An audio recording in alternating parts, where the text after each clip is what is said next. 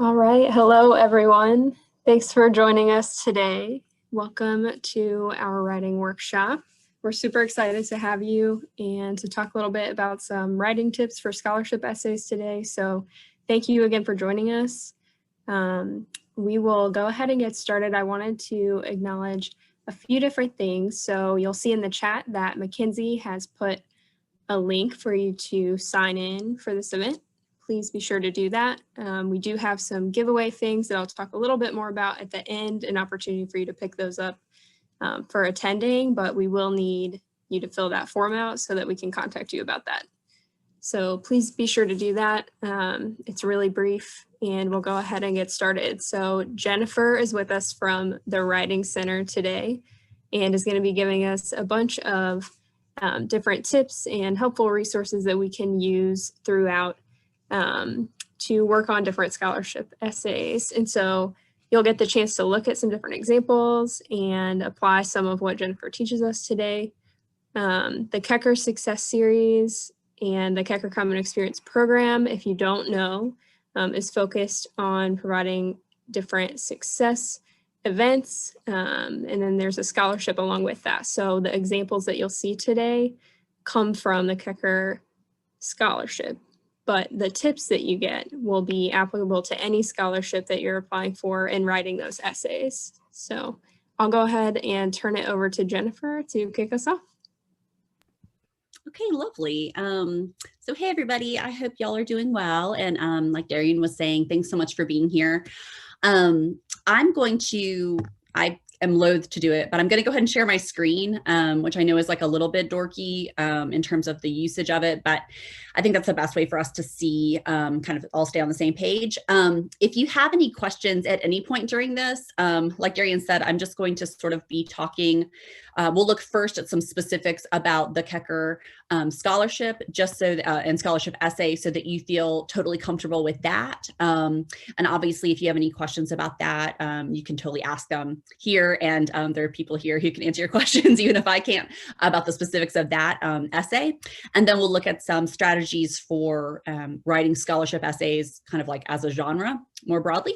And then we'll finish up, again, like Darian said, with looking at some examples and being able to kind of like analyze how they're working and that kind of thing. So we will do that. But again, if you have any questions during it, just either like chime in or put something in the chat or that kind of thing.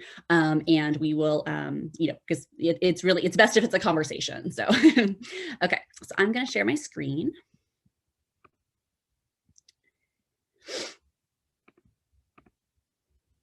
And I should give you a heads up.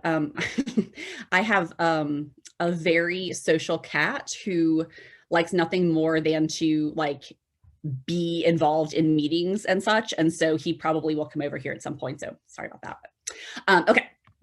So there we go. Okay. So yeah, so in terms of today's goals, I want to make sure that we leave time at the end, both for looking at those examples that I talked about, but then also for questions.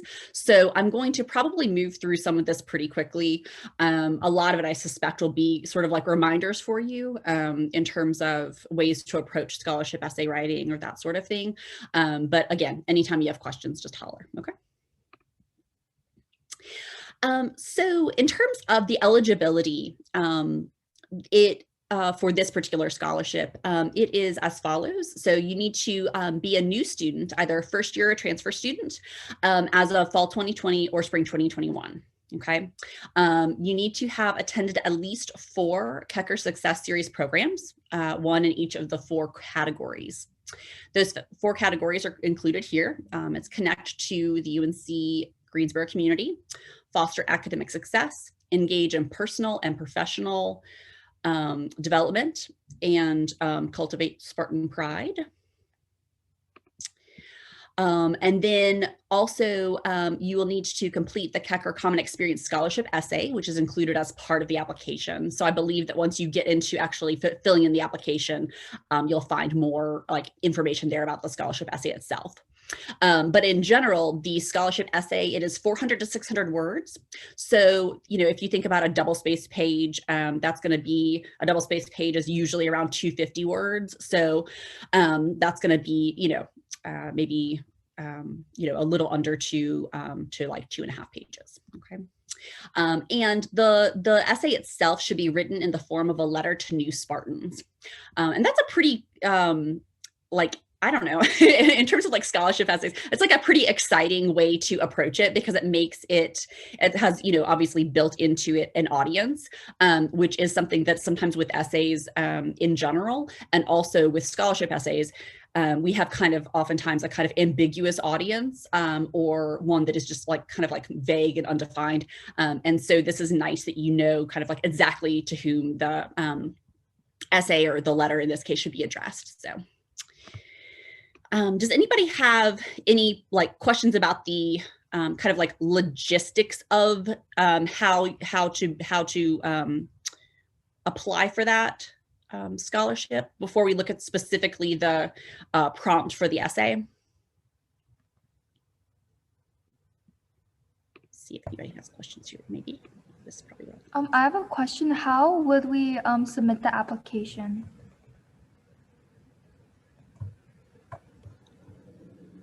Yes, that is a great question. So I will put a link in the chat, but you can do that through the S3 scholarship system with UNCG. So it's actually along with other scholarships that you can apply for through the institution. You can find it in that system. Thank you.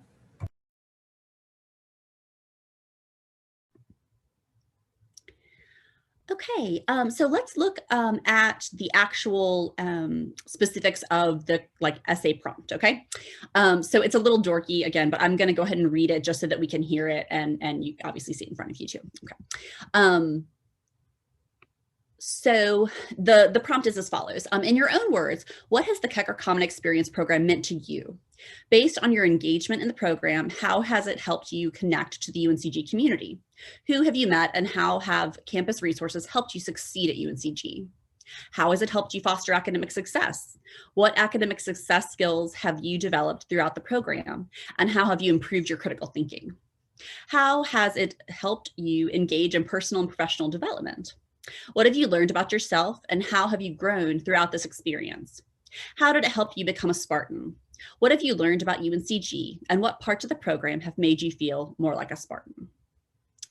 So those sorts of questions, right, can help to guide the way that you I think not that you have to organize your essay in let me answer all the questions, but to give you, again, not only a sort of occasion for writing in terms of focusing on a letter to new Spartans, but also in terms of the focus of how to kind of articulate your experience as a first-year student.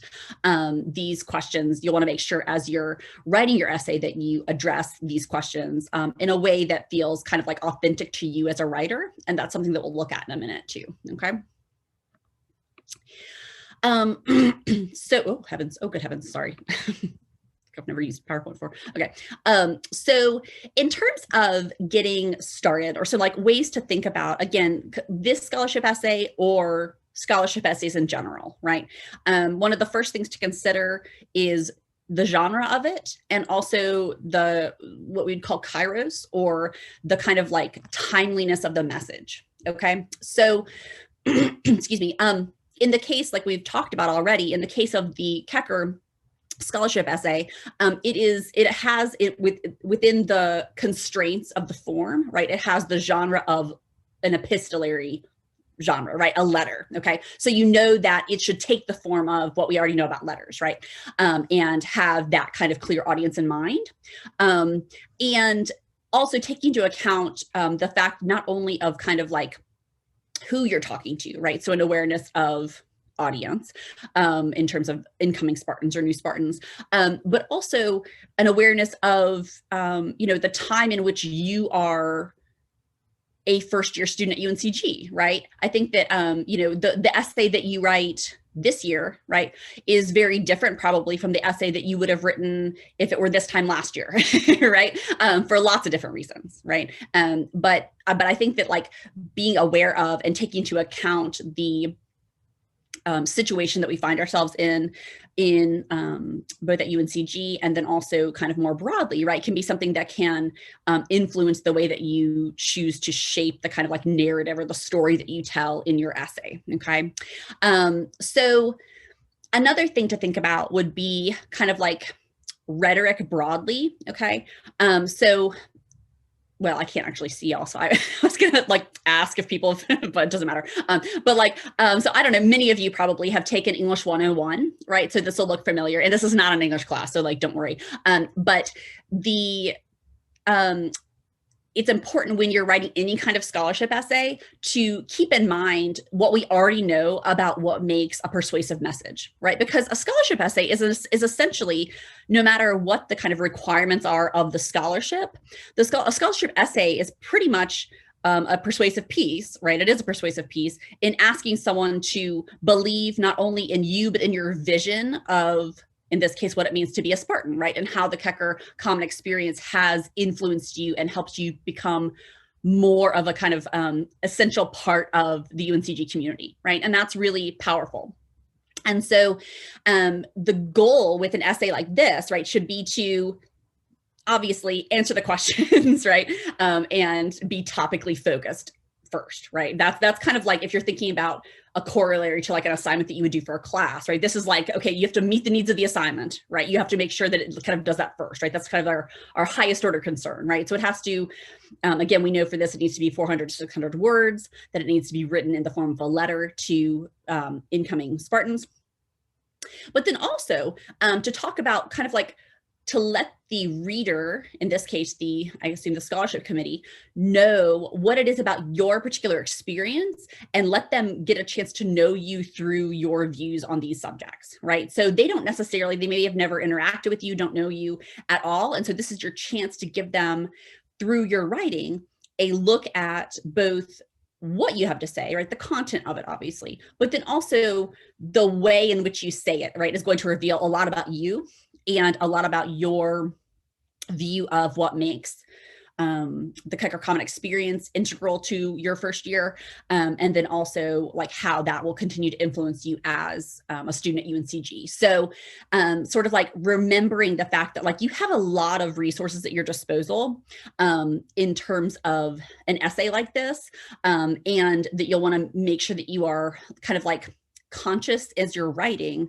and conscious as you're revising about the ways that you are configuring yourself as a speaker, right? So like, what are ways that you are establishing your credibility, for instance, on the page, right? That would be ethos. So like, what are ways that you are establishing the fact that like you are someone that they need to listen to, someone that they should give this scholarship to, right? Like, what is it about your view about being a first year student at UNCG that is unique or particularly interesting or compelling or that kind of thing, right? So it doesn't have to be like a sales pitch, but if we think about the fact that kind of like all writing is about persuasion, right? Because it is, then we are in a scholarship essay, first and foremost, right? We are persuading someone to sort of like to listen to what we have to say, right? But then also and to give us money, right? To give us, or you know, whatever the scholarship looks like, not necessarily money, but that kind of thing. So to kind of like believe in that, okay? So those are some things to keep in mind as you're crafting your essay, and I would say particularly in the revision stage, right? So if we think about the parts of the writing process, typically being like invention, right? So you have to have an idea, like that should be something there, right? So you have an idea. And then drafting and revising and editing, right? Being the general 4 steps of the writing process. Now, for some of us, right, it might be very linear, right? But most of the time for writers, right? No, I don't really know any writer, I think, who like we like comes up with all their ideas, right? And then moves into drafting, and then we just do all our drafting, and then we move into revising and do all our revising, right? It just kind of like doesn't work like that, right? It's the recursive processes. And so a lot of times what happens is that we have like a little bit of an idea, right? And then we write some stuff down, and then we kind of write our way into new ideas and new knowledge, right? Which is great. And then we revise a little bit, and then we realize, oh, I have these other ideas. We go back, right? So it's like, it's supposed to be, right? Writing is supposed to be a messy process, right? It can't stay messy at the end, right? Eventually we need to like, proofread the thing and make sure it like presents us well on the page. But one of the keys, and one of the things that we'll talk about a little bit as we go on, is kind of like, one of the most helpful things you can do for yourself is to give yourself enough time to let the process of writing of it be messy at first, right? Because if you don't do that, and you're either time crunched, or you're right up against a deadline, or you just don't don't give yourself a time for that, then like you're probably not going to get to the really like great ideas that you want to by the end of the process, right? But if you give yourself time to kind of like, okay, I'm just going to let it be messy for a draft or two, and then get other feedback on it, and then revise and that kind of thing, it's going to have a much better chance of kind of like being persuasive to your audience, right? Does anybody have any questions before we move on? Anybody have any questions? What do you kind of think made the writers from last year stand out, if you don't mind me asking? Yeah, so we're going to look at some samples in a minute from some of the scholarship winners, I believe. And so we're actually going to be able to look at kind of like what's strong, like what's super strong about these. And then if we were even going to revise them now, what kinds of things we'd want to improve too. So I think that will kind of like become more clear as we look at the examples in a minute. But if it doesn't, let's talk more about it. Okay. Is it McKaylin? Is that right? Yes, that's right. Okay. Yeah. Lovely. Okay. Does that sound good? So like, let's hang on to that for just a second. But if by the end of it, you're like, I still don't know what this is about, then let's talk more about it. Does that sound good? Yeah, sounds good. Thank you. Lovely. Great. Okay, so some suggestions or reminders, again, about scholarship essays in general, but also about the Keker scholarship essay. I hate to start with the negative, but it's a more helpful framework, I think, in this case. So some things to kind of like remember, just to like avoid as much as you can in your writing. It's not that any of these things is like wrong or anything like that. It's just that if you're thinking about, again, the kind of genre of or the form of a scholarship essay, they're usually pretty short, right? In this case, quite short, right? So you kind of don't have time, you don't have space in a short essay to kind of like have anything in there that's not essential, right? Or that's not doing all of the work that it can, okay? So one of the things that I hear from people on scholarship committees and readers in different programs, right, is the kind of like deadly thing that can be so tempting as writers to do, which is to just use an essay to sort of like narrativize or recapitulate your CV, right, or your resume, okay? So what you want to avoid is kind of like just like putting in paragraph form all the stuff that you've done, right? Because that's something that either the committee will be able to get from a CV or resume, right? Depending on what their requirements are, like what they need for the scholarship, or it'll be things that just having a list of those things isn't going to be that useful anyway, right? So it's not, right? Because with any scholarship, I mean, with any, I think getting into any school, like whatever it is, right? But and getting a job, I mean, right? Like in no regard is it like you just pile on the things, right? You just pile on the like activities and that's enough, right? That's never enough. You have to have like done cool stuff, right? And had good thoughts, but then you also have to show the reader what you think about those things and how you interpret those experiences or how you analyze those experiences, right? So you have to show the reader what to make of those experiences rather than just saying like, here's all this cool stuff I did, right? Because that alone isn't going to persuade anybody of anything, right? So you want to avoid just narrativizing your resume, okay, or activities that you've done, okay? As much as you can, also avoid like generalizations or platitudes in scholarship essays, depending on the kind of scholarship that you're applying for. You know, a lot of, or, you know, we could even extend this out to like personal statements for things if you're looking at an internship or maybe graduate school later on or that kind of thing. But it can be easy for many of us as writers, right, to kind of like fall into real general statements, right? Like, I love being at UNCG because I feel like I'm really part of an active community, right?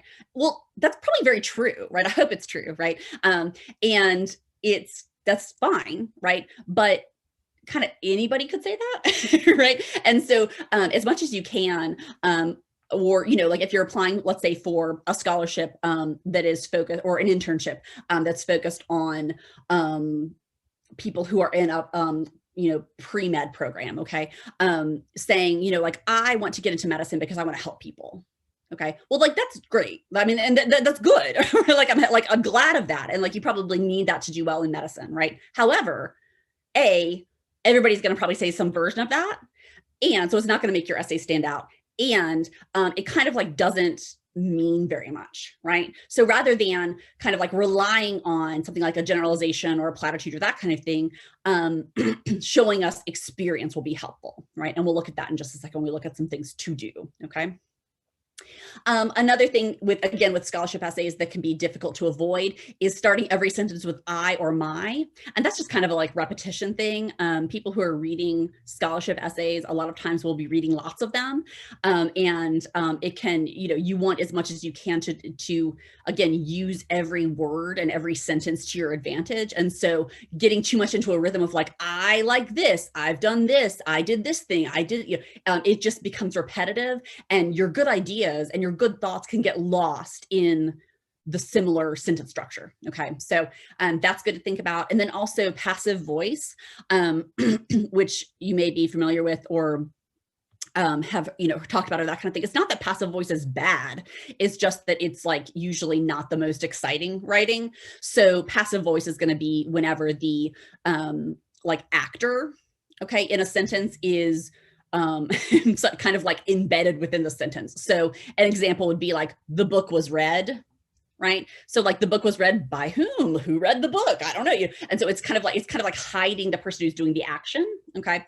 And a lot of times we can kind of like get in habits of writing in the passive voice, and it tends to kind of just like deaden the language a little bit and make the kind of like energy of the piece less noticeable to the reader. And again, you don't have a lot of space in 400 to 600 words in the case of like this scholarship essay or most scholarship essays. So you don't want to kind of like use up words on like things like the passive voice or that kind of thing. Okay. So those are some things. Again, it's not that like any of these is like a horrible sin. It's just that like good to avoid these things. Okay.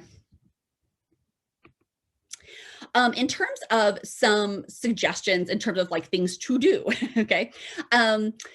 And I was talking about this a little bit with the idea of like, don't make your essay just be a narrative of your resume or CV. It is important to make your essay values driven rather than activities driven. Right. So this is kind of like the alternative to narrativizing your resume would be, rather than saying, here's all the stuff that I've done, right? Make it about values and what you value, okay? And how you see the world, right? Because that's what, like, nobody's got that but you. Do you know what I mean? Like you alone have your view of the world and the way that you have kind of like the way that you are living out your values, okay? Whatever those values are, right?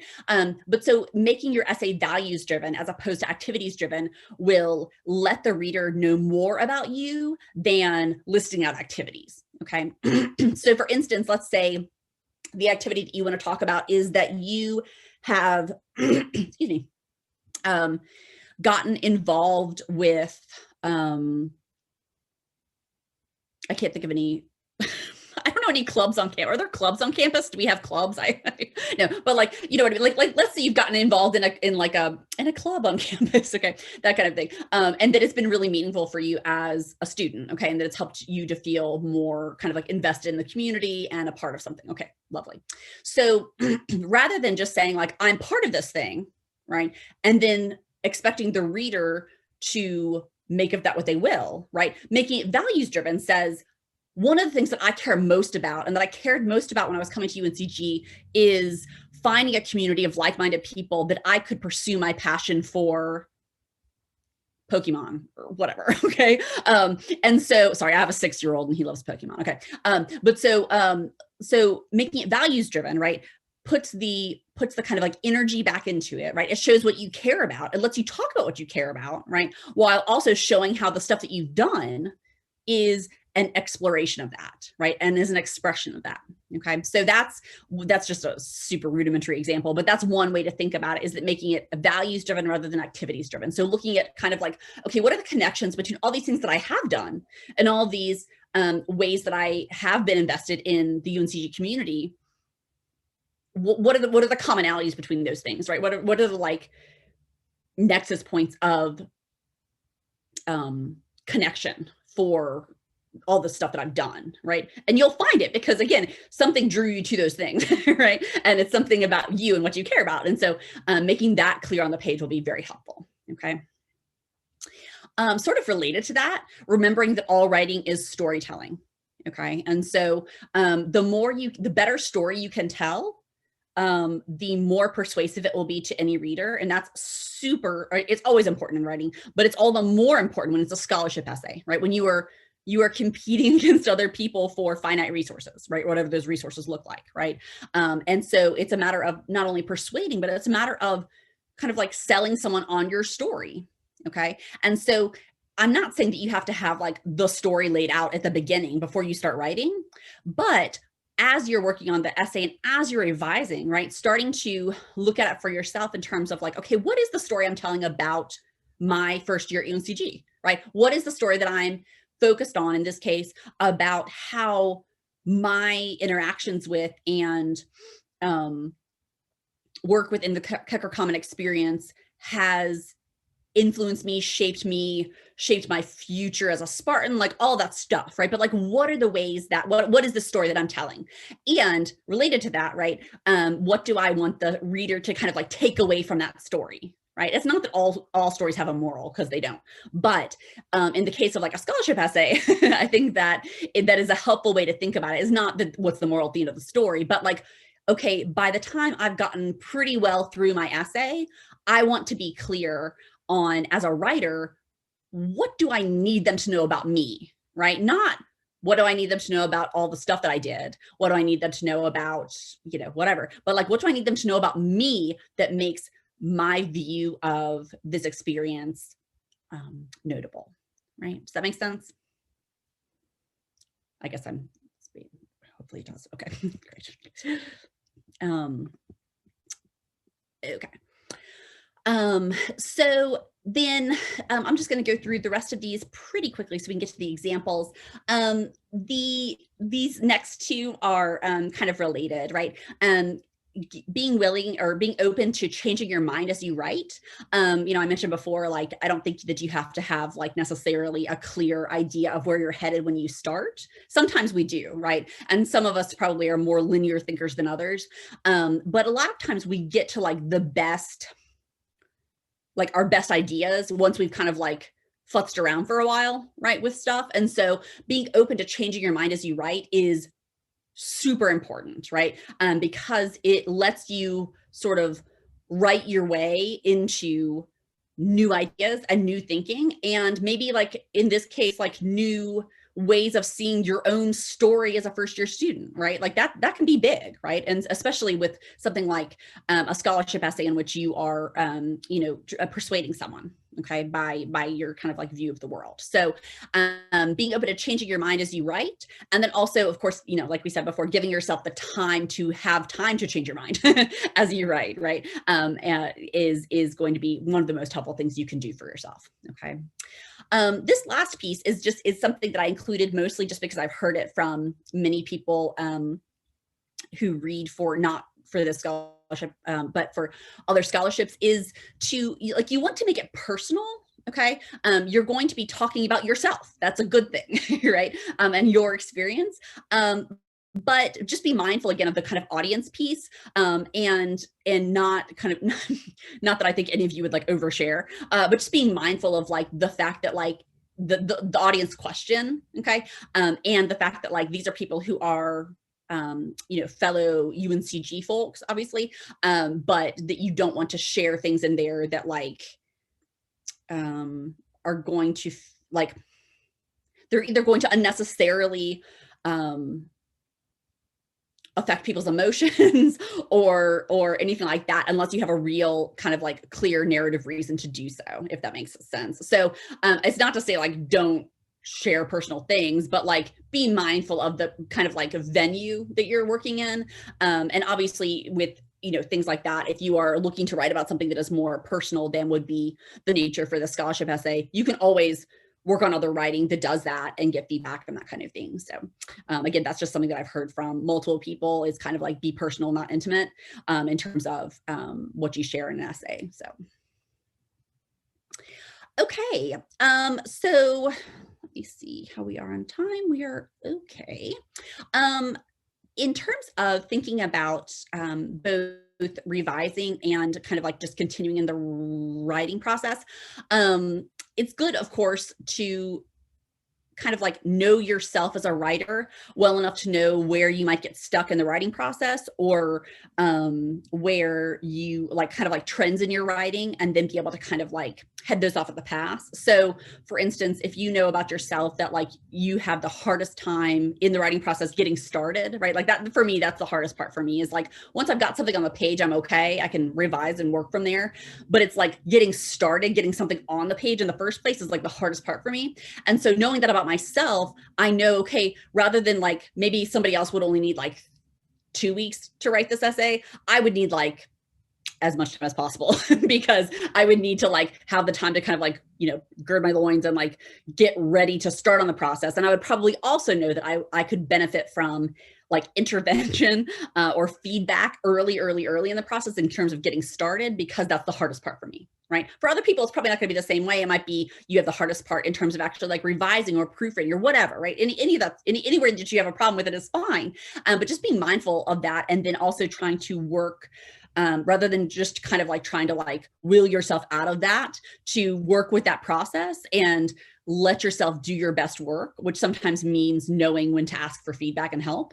Okay. And that is something that, again, you're going to be much more able to do if you give yourself as much time as possible. Okay. This next thing I included just because I always find it to be a helpful resource. It is not meant to be too formulaic, but it is just a way of thinking about paragraph development in general. And the nice thing about this is that it is applicable for thesis-driven work, right? So some kind of argument paper you're writing for like your history class or whatever. But it's also applicable for something like a scholarship essay, right? In which no matter what the genre is that you're working in, right?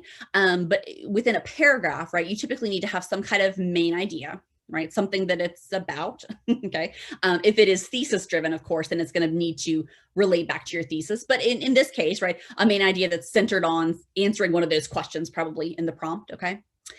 You're probably going to need some kind of example, right? It's you can't just kind of like talk in generalizations the whole time. We need to have actual like evidence or example or that kind of thing. And so in this case, for a scholarship essay, usually examples are going to be things from your lived experience, right? From your personal life.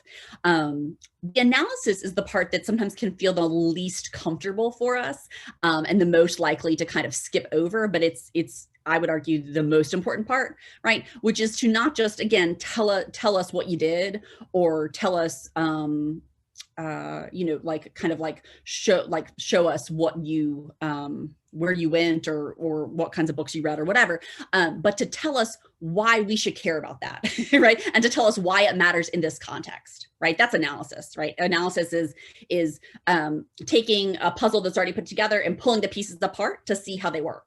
Okay. This is what we do when we give a piece of evidence and then we say pretty much like, here, dear readers, what it means, right? Here's how you should interpret that, right? Because if you just tell us, hey, I've been a part of all these clubs, right? Or I've gone to all these activities on campus, or I've used all these resources on campus, but you don't tell us how that's influenced you or how that's shaped you, or or what that means to you, then we're just left with kind of like evidence, but no analysis and no support, and therefore no way to understand it in your context. Okay. And then the L part is just a link. So something to get you out of the paragraph pretty much, and to forecast where you're headed. Okay. This last piece, yeah, I just wouldn't be a Writing Center person without mentioning it. It is, I would advocate for delaying proofreading as long as possible, because a lot of times as writers, we can kind of shut our process down once we start worrying over the grammar and that kind of thing. But don't let it go so long that you run out of time to do it, right? Because, especially with a scholarship essay, but with any kind of writing, right? It's a reflection of you, okay? And it's a reflection of your good ideas and yourself on the page. And so if you don't make it as clean as possible and as understandable to your reader as possible, then it's gonna make you look shabby, right? And you're not shabby people. You wouldn't be here if you were, okay? We know that you're smart. We know that you're invested and that you care a great deal, right? Again, you wouldn't be at UNCG if you didn't. So make sure, right? You wanna make sure that your writing reflects that care that you already have, okay? And so I think delaying proofreading is great. I think not doing it is a very bad idea. Okay, so make sure that you proofread your work yourself, that you get feedback from other people, all that good stuff, okay? Okay, so are you guys ready to look at some examples? Because this is super awesome. We have like real examples. I'm so excited. You guys ready? Yes. Oh, thank you. Thank you. I know, I feel like I'm speaking to the void. Okay. Okay. So this is, I believe this is, and I'm staring at Darian's face to see if this is true. I believe this is an example from one of these scholarship winners last year. Something along those lines. There are examples in here from the winner as well as other finalists. So terrific. Okay, great. Yay. Okay, thank you. Sorry. Okay, lovely. So what I'd like to do is to kind of keeping in mind those things that we talked about, both those things that we talked about in terms of like what makes like good reminders to think about in terms of scholarship essays, and then also things to avoid. Let's look at this example of an introductory paragraph and see what kinds of things first stand out to you, okay? And then what do you think makes it a strong introduction, okay? So it's, I'm sorry, you guys are probably like so over me talking. I get it. I'll go ahead and read this though, just for like the sake of time. And then, so as I'm reading, right, jot down some stuff that stands out to you, like things that you notice, right? Because that's always a good place to start. And then we'll talk through things that we feel like make it a strong introduction, okay? Sound good? Great, okay. Okay. Dear incoming Spartans, I would like to personally welcome you to the UNCG family. The transition to college life can be difficult, but there are several opportunities that will help you succeed personally, intellectually, socially, and financially, offered through the Keker Common Experience program. You will learn about the importance of balance and planning with the Keker Success Guide. Engage in campus activities with the Keker Success Series. Hear a perspective on the transition to college life through the Keker Speaker Visit. And upon completion of the other components, apply for a Keker Common Experience scholarship. Okay, so clumsy reading aside, what stands out to you about the paragraph? Like, what kinds of things did you notice? She's telling you like resources that can be very valid and useful for you during your first year. Yeah, absolutely. Yeah. So like McKaylin is saying, right, like it's right, but it's like kind of sneaky about it, right? Like I love how sneaky it is. I mean, it's not like super sneaky, but like how it kind of like embeds rather than being like, here's a list of things, right? It's like, here's the ways that you will use and engage with these things, right? That's, yeah, really, really cool. Yeah. What else do you guys notice?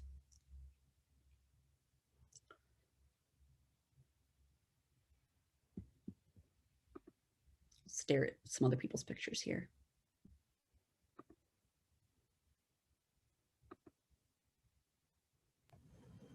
I think it has a really inviting and optimistic tone to it. Yeah, absolutely. Sorry, it's like the disembodied voice. Oh, is it you, Zoe? Yes, it was me. Oh, lovely. Hi, Zoe. Hi. I feel like I know you for great. Okay. But yeah, exactly. So yeah, there's like a real real energy to it that the writer has somehow embedded in this introduction, right? We get a sense of like, investment and it really does. I agree with you. It feels like optimistic somehow, right? It's like, yeah, it's like kind of lovely. Yeah. How do we feel like, we'll look at some other examples in a second, but like to look at this for just a minute, right? Because introductions, I mean, they're not the only part of an important part of an essay, obviously, but they're like super important part of the essay because they really are the way that we are beginning to engage with the writer as readers, right? And so if we get like a weird tone from an introduction, we sometimes can, not that we'll stop reading necessarily, but we sometimes can like divest from the process, or we like carry that weird tone throughout the essay or that kind of thing. So really important to kind of like set the tone right for your, that you want in your introduction, right? So how do we feel like this writer accomplishes that kind of like hopeful optimism? Like what kinds of things do you feel like contribute to that? Jennifer, there were a couple of things in the chat that I could. Oh, good heavens. Thank you, Darian. So someone said the analysis of the whole program itself. That was Andre. And then it looks like Nadia also said repeated use of Keker and the items offered. Yeah, lovely. Absolutely. Yeah. So the way, again, kind of like that thing that like it shows the way that the writer has, excuse me, sort of like we were talking about before, the way that the writer has kind of like walked us through the different ways that the Keker is like presented, right? In some ways, I mean, in some ways, right, that kind of analysis of it, right? Like as I think Andre was saying, maybe is super smart, because it also, the way that the writer has put it in the second person, you will learn, right? It's like I think that is also part of what kind of like contributes to the hopeful, like the optimism of it, right? Is this not like when you come to UNCG, you could be a part of these things if you wanted, but it's saying like you will do these things, right? Because of course you'll be engaged, because of course that's what you, right? And so like the you will makes us kind of like already puts us in a future in which we've done those things, right? And also kind of like acclimates us to all of the different ways that the Keker Common Experience program influences our first year, right? That's lovely, beautiful. Yeah. I really admire the way that they did that. Yeah, lovely. Okay. Let's go ahead and look at, oh, this is super fun, y'all. Okay. So these are a couple like kind of like body paragraphs.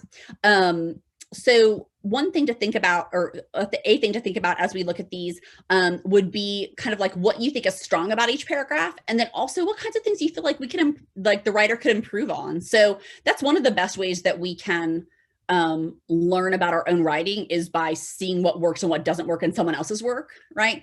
And so that's why, like, if you've ever done peer review in class, that's part of why it's so helpful, is that it helps not only the person getting the feedback, right, but it also helps the person giving the feedback, because it helps us to see kind of like how things work and what we want to copy for, like not copy, but what we want to like recreate in our own work versus other things. Okay.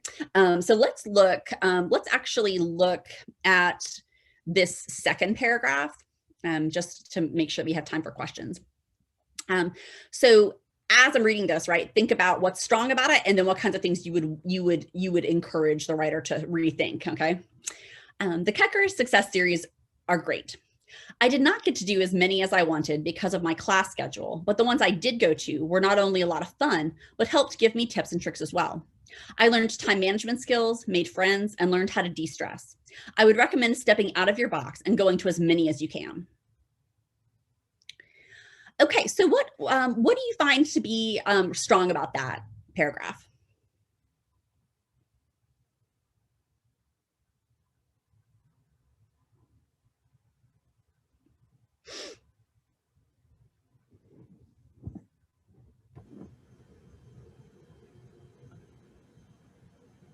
I think the example of like time management skills, making friends, and learning how to de-stress can be a strong point. Yeah. Yeah, Zoe, right? I think that was Zoe. Yes. Yeah, thanks, Zoe. Yeah, absolutely. That for me as a reader too, I think is like the part that was most sort of like compelling for me. It's the part that I like could not pay attention, but like that was like most memorable for me was like the time management skills, made friends, and learned how to de-stress. That's real concrete. Like those are like things, again, not only that they did, but like things that they took away from their experiences, right? And that's like, what did I learn from this thing? I learned these things. Golly gee whiz, that's great, right? That's the kind of thing that probably you want to include rather than, again, just saying, I went to all these things, right?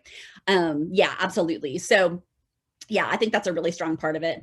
I think, you know, in terms of looking at examples for things to think about in terms of improvement, right?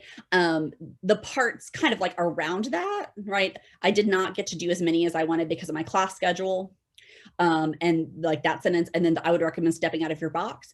It's not that there's like anything wrong with those sentences, right? But they're just kind of vague, right? And they feel a little placeholdery to me as a reader. So they're fine, right? But like, they're not necessarily memorable, right? And so if we covered up this, oh wait, you can't, I'm such an idiot. I was like, oh wait, I'll cover it up. But like, you can see my screen, not my hands. Okay.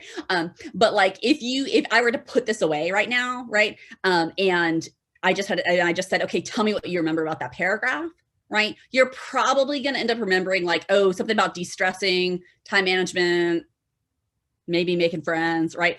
But you're probably not going to remember the kind of generalizations of, I would recommend stepping out of your box, right? Again, it's fine. Okay, there's nothing wrong with it, but it's just not as sort of like concrete and active as the things that this writer learned from this experience, right? So if we're looking for things to take away from it, right, and things to use in our own writing, that could be one thing, again, to kind of like remember, right, is that the thing that makes writing memorable kind of is when oftentimes is when we feel something in relation to it, right? And a lot of times right, and almost all the time, we respond emotionally, right? And we feel something when we get specifics, when we get concrete, when we are shown something, right? So even though the writer doesn't go into, here's the ways I learned how to de-stress, right? Because that's kind of like not the place probably to go into it. But like we kind of supply for ourselves as we read, learned how to de-stress, what that might look like, what those things might be in our own life, all that stuff. Right. So that's a really helpful thing to take away from it. Okay, so I want to look just real quickly at this final paragraph, this closing paragraph, because closing paragraphs, conclusion paragraphs can be super hard to kind of navigate as well. And then that will leave us time for questions. That sound good?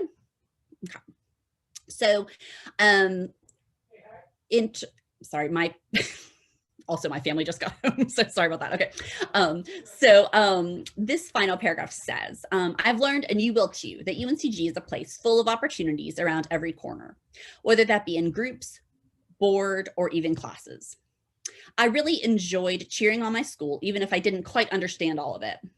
I've learned it's okay to take a break and enjoy my time. Being part of so much has shown me what it means to be a Spartan and why I found my way here. I had a really hard transition to college, but now that academics and RHA has taken over my life, I'm fully committed to being here and doing everything I can here to succeed. I hope that you love UNCG as much as I do and go after everything you can. I'm so proud of you already. Sorry, that ending is like so dear. Like, I'm so proud of you already. I feel so like validated, and even though I'm not the audience, but so what kinds of things besides that sweet ending, what kinds of things strike you about the closing and about the conclusion, or like what kinds of things do you find particularly strong?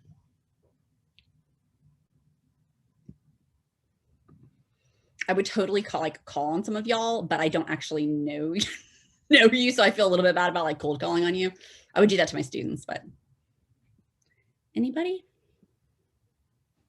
I think it's really cool how like she makes you feel comforted in the whole ending paragraph. Like when you're reading it, you feel kind of like, I guess, more okay with the idea of being at college and like being part of the Keker experience and more included, I guess. Yeah, I'm totally with you, Michaelan. Yeah, it's like I really enjoyed cheering on my school, even if I didn't quite understand all of it. Like, I don't 100% even know what that means, but I really love like, but yeah, like I've learned it's okay to take a break and enjoy my time. I had a really hard transition to college, right? Like calling out those things and recognizing that like, yeah, you can have a really hard transition to college and still feel super invested and make something wonderful out of this experience, right? Like that is so yeah, comforting. And like, you know, in addition to that, I'm so proud of you already. I hope that you love UNCG as much as I do and go after everything you can. Like that is very hopeful and very optimistic. And it's not that all scholarship essays have to be that, right? But especially as you're thinking about this audience for this particular scholarship, or your audience for whatever scholarship, right? There is an aspirational quality to it. And so, you know, it's good, but this kind of combination of like being realistic about something, but then also showing that like even within difficulty, there is real hope. Like that's very, very affirming somehow, right? Yeah. Okay, so one thing that we'll just look at a couple of these. These are suggestions from the winner last year and other finalists, I believe, in terms of things that you can do to, you know, kind of like make the most of this experience of the scholarship essay and that kind of thing, and in terms of writing it, right? And so I'll let you kind of like read these, but I think this will potentially, I suspect we can post this somewhere that it'll be available for you too. But again, using scholarship essays as a way to tell an engaging story about yourself and the experiences you faced, right? Just describe how you've benefited and what you've gained, as well as what you hope to take from them in the future. And that's a really important part too, which is this idea that like, it's not only about kind of like looking back and reflecting, but also how I'm going to apply this knowledge to the future, right? Planning ahead, right? Start writing down your ideas from the scholarship down as early as possible and continue to write them down until you begin writing the essay. Yeah. And so kind of like being willing to, again, give yourself enough time to work on the process of it. And then proofreading your essay multiple times. I swear I didn't write this one, okay? But like proofread your essay multiple times over different days until you're completely satisfied with the structure and tone. Seek additional proofreading from family, friends, and others who may be able to help you spot mistakes and provide suggestions, right? And again, this is a really important thing to keep in mind, which is that, and you know, and I mean, I could talk all day long about the Writing Center, which I'm happy to do if you ever want to.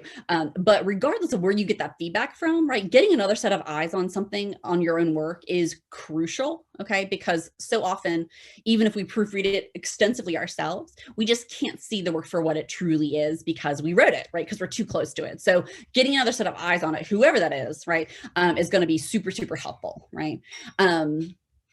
And so then kind of in closing, right, these next three suggestions are about kind of like giving yourself enough time to write a piece that you feel passionate about, right?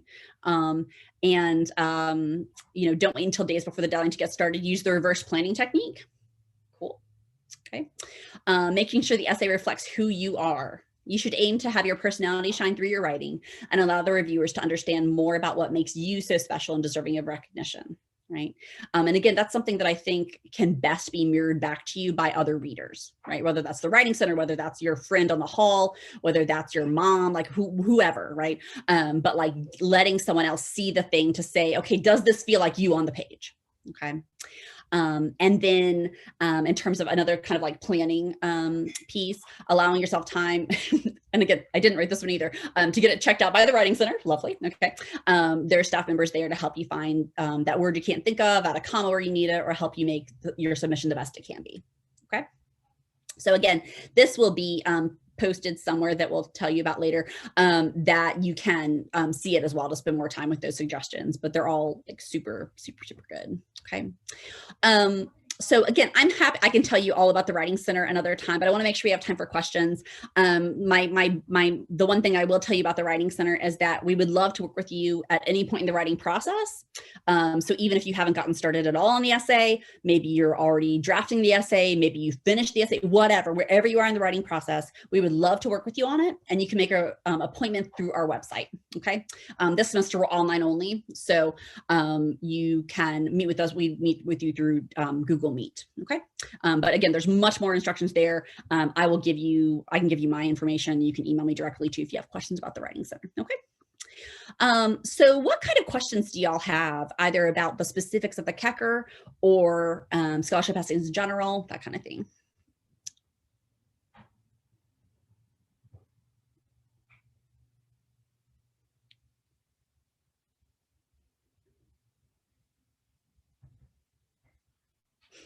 Here I was hurrying to get to the end because I was like, I want to make sure there's time for questions. I'm sure we've made everything so clear that you have no questions. Is that true? Any questions at all?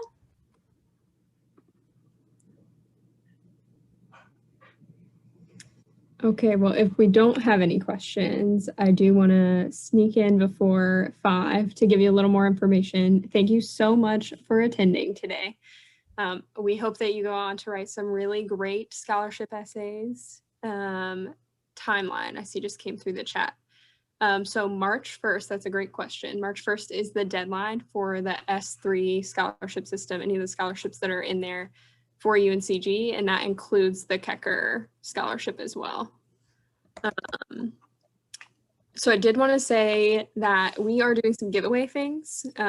So for those of you who attended, again, that sign-in sheet at the beginning will allow us to reach out to you after the workshop. So we will email you when you would be able to come by. Our office is in the Forney Student Success Commons for the Keker Common Experience. The Writing Center obviously is in a different location, but you would pick them up in the Forney Student Success Commons on campus. And so we will let you know when those are available for you to pick up. It will be, if Mackenzie can show the notebook. Yep. So we have these fun little notebooks through the Keker Common Experience. We have some Writing Center materials that are included as well. And you can see the post-it notes.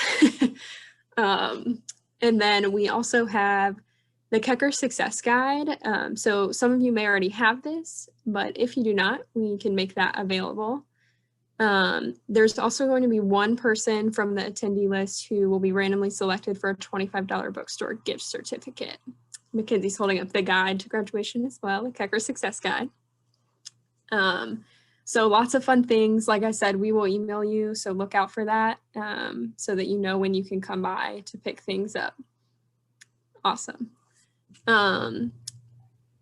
As we mentioned, this is part of the Keker Success Series, so I'm going to put a link in the chat, which has the website to see any other Keker Success Series events that are happening this semester. So do check that out. If you're still trying to meet the requirements for the Keker Scholarship, you can do that by attending some of these events.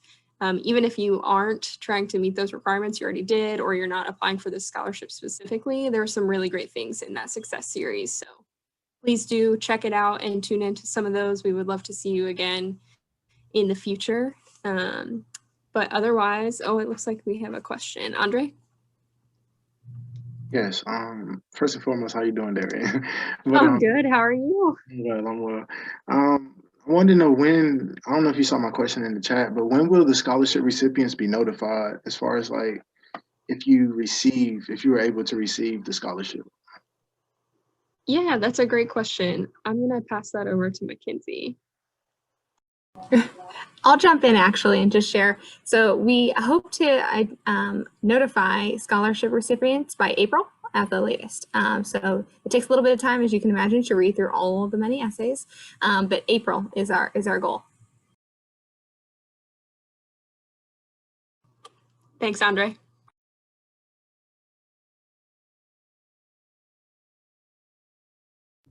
Sorry, I was muted. Were there any other questions? Awesome. Okay, well, thank you all so much for joining. Like I said, look out for that email. You will also receive in probably a week or so an assessment.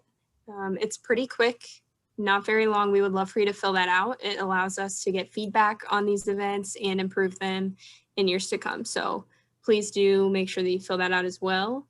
We do random giveaways for people from the list of those who fill that out too. So opportunity to get entered for more free stuff. Awesome. Thank you all so much. Thanks, y'all. Have a good day. Thank you. Thank you. Thank you.